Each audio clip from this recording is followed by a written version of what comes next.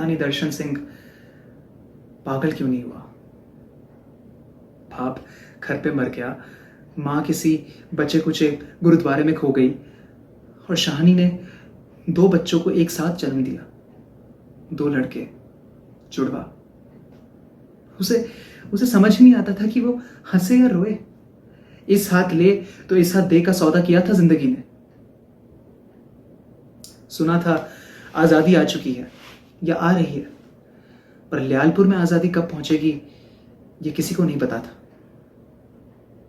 हिंदू और सिख छुप छुप कर गुरुद्वारे में जमा हो रहे थे। शाहनी रोज दिन रात दर्द से कर्राती थी। जचकी के आखिरी दिन थे और पहली पहली औलाद। दर्शन सिंह भी रोज रोज नई खबरें ले आता था फसादात की, और बाप खाड़स करता, कुछ नहीं होगा बेटा, हिंदू और सिख के किसी घरों में अभी तक हमला हुआ है, पर गुरुद्वारे में तो हुआ है पापा जी, और वो भी एक बार नहीं 2 बार। और तुम सब फिर भी वहीं जाकर ठहरना चाहते हो, हाँ? ये सुनकर दर्शन सिंह चुप हो गया। पर फिर भी जिसे देखो वो अपना घर छोड़कर गुरुद्वारे में जाने के लिए तैयार था। एक साथ सब लोग जब इकट्ठा रहते हैं तो हौसला बढ़ता है पापा जी। हमारी गली में तो एक भी हिंदू या सिख नहीं रह गया है, हम अकेले रह गए बस। 10-15 दिन पहले की बात थी। पापा जी के आंगन में गिरने की आवाज सुनकर सब लोग अचानक से उठ पड़े। गुरुद्वारे के पास से जो बोले सोने हाल जैसे नारों की आवाजें आने लगी। इन नारों की आवाजों से ही शायद पापा जी की आंखें खुल गई और उन्होंने छत पर जाकर ये देखना समझा कि यह आवाज कहां से आ रही है। पर नीचे उतरते वक्त सीढ़ियों से पैर फिसला और आंगन में सामने खड़ी खोदाल में सिर घुस गया। जैसे तैसे करके दर्शन सिंह ने अपने पापा जी के अंतिम संस्कारों को पूरा किया और बची कुची मालियत को एक तकिए में भरा और तीनों सदस्य गुरुद्वारे में पनाह लेने के लिए चले गए। गुरुद्वारे में खौफ ज्यादा लोगों की कमी नहीं थी, इसलिए हौसला बंधा रहता था। डर अब कम लगता था। दर्शन सिंह खुद कहता था, हम अकेले थोड़ी हैं, कोई और नहीं तो वाहे गुरु जी है हमारे साथ। नौजवान सेवादारियों का जत्था दिन रात किसी ना किसी काम में जुटा रहता था।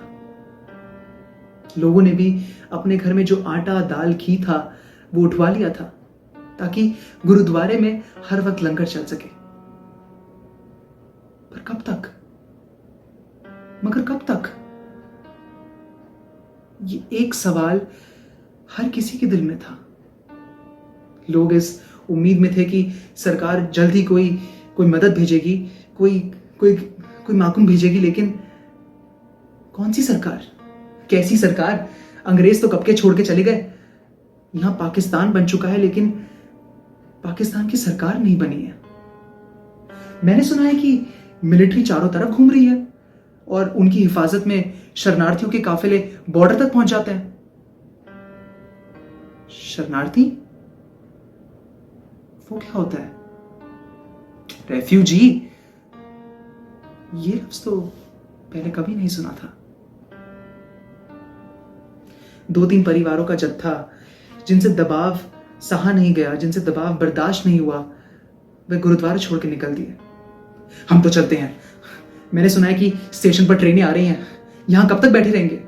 हाँ, हिम्मत तो रखनी पड़ेगी ना। अब वाहे गुरु खुद आके अपने कंधे पर थोड़ी लेकर जाएंगे। किसी ने गुरबानी का हवाला दिया, नानक नाम जहाज है जो चढ़ा सो उतरा पार। 2-3 परिवारों का जत्था जब इस तरह से गुरुद्वारे से निकल जाता था तो एक दुखौल का एक बुलबुला सा खड़ा होता था, एक दुखौल का एक बुलबुला सा पैदा हो जाता था। और वैसे ही अगर कोई बाहर से आता था तो उनकी बाहर की खबरों से वो बुलबुला फूट जाता। स्टेशन पर तो बहुत बड़ा कैंप लगा है जी, लोग खा खा कर मर रहे हैं और भूख से भी। बीमारियां कितनी फैल रही हैं। 5 दिन पहले एक ट्रेन को गुजरते हुए देखा था, तिल रखने की जगह नहीं थी उसमें, लोग छतों पर लदे हुए थे। संक्रांत की सुबह थी। दिन रात गुरुद्वारे में पाठ चलता रहता था। शाहनी ने एक ऐसी शुभ घड़ी में अपने दोनों जुड़वा बेटों को जन्म दिया। एक उनमें से काफी कमजोर पैदा हुआ, बचने की उम्मीद भी नहीं थी, पर शाहनी ने उसे नाभि के जोर से बांध कर रखा। उसी रात किसी ने गुरुद्वारे में आके ये बात फैला दी, स्पेशल ट्रेन आई है जी, स्पेशल ट्रेन आई है, रेफ्यूजियों को लेने स्पेशल ट्रेन आई है, निकल चलो। दर्शन सिंह लोगों के हुजूम के साथ चल पड़ा। शाहनी कमजोर थी बहुत, लेकिन अपने बेटों के सहारे चलने के लिए तैयार थी। मां ने हालांकि चलने से इनकार कर दिया, कहा कि तू चला जा बेटा, मैं किसी दूसरे काफिले के साथ आ जाऊंगी, तू बस अब मेरे पोतों और मेरी बहू को सही सलामत लेके चला जा। दर्शन सिंह ने जब जिद करी तो गुरुद्वारे के ग्रंथियों ने समझाया, साहदारियों ने हिम्मत दी, हौसला दिया, कहा कि चले जाइए सरदार जी, बीजी हमारे साथ आ जाएंगी, एक एक करके तो सबको बॉर्डर पार पहुंचना ही है, आप चले जाइए। दर्शन सिंह अपने परिवार के साथ चल पड़ा। बैत की एक ढक्कन की टोकरी ली, उसमें अपने दोनों बच्चों को रखा और उसको सर पर ऐसे उठा लिया जैसे कोई परिवार का खोंचा लेकर निकलता हो। स्टेशन पर पहुंचे तो पता चला कि ट्रेन तो वहां थी, लेकिन ट्रेन में जगह नहीं थी। छतों के ऊपर घास के जैसे लोग उगे हुए थे। पर उस बेचारी नई नई मां को देखकर, उसके छोटे छोटे बच्चों को देखकर लोगों ने छत पर चढ़ा लिया और जैसे तैसे करके उसे जगह दे दी। करीब 10 घंटे बाद ट्रेन में जरा सी हरकत हुई। शाम बड़ी सुर्ख थी, लहूलुहान, दमदमाती हुई, तपा हुआ चेहरा। शाहनी की छातियां निचुड़कर जैसे छिलका हो गई थी। ये एक बच्चे को रखती तो दूसरे बच्चे को उठा लेती।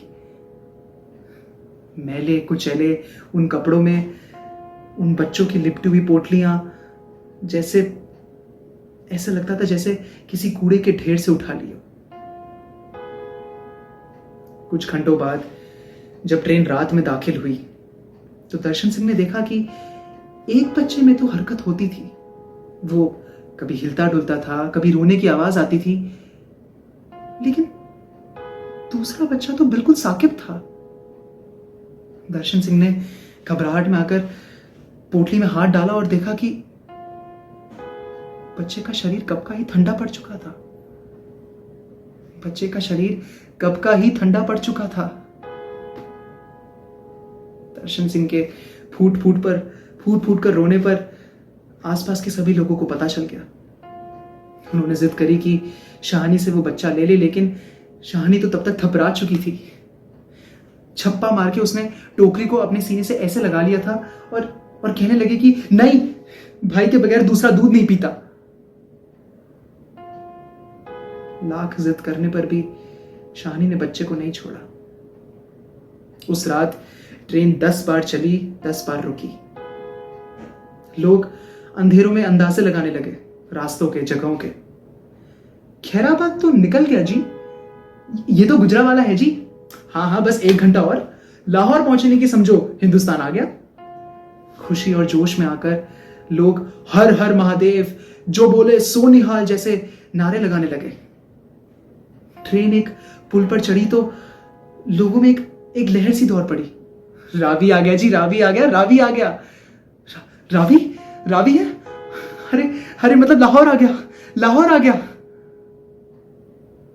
पर इस सब शोर के बीच किसी ने दर्शन सिंह के कान में खुसफुसाया,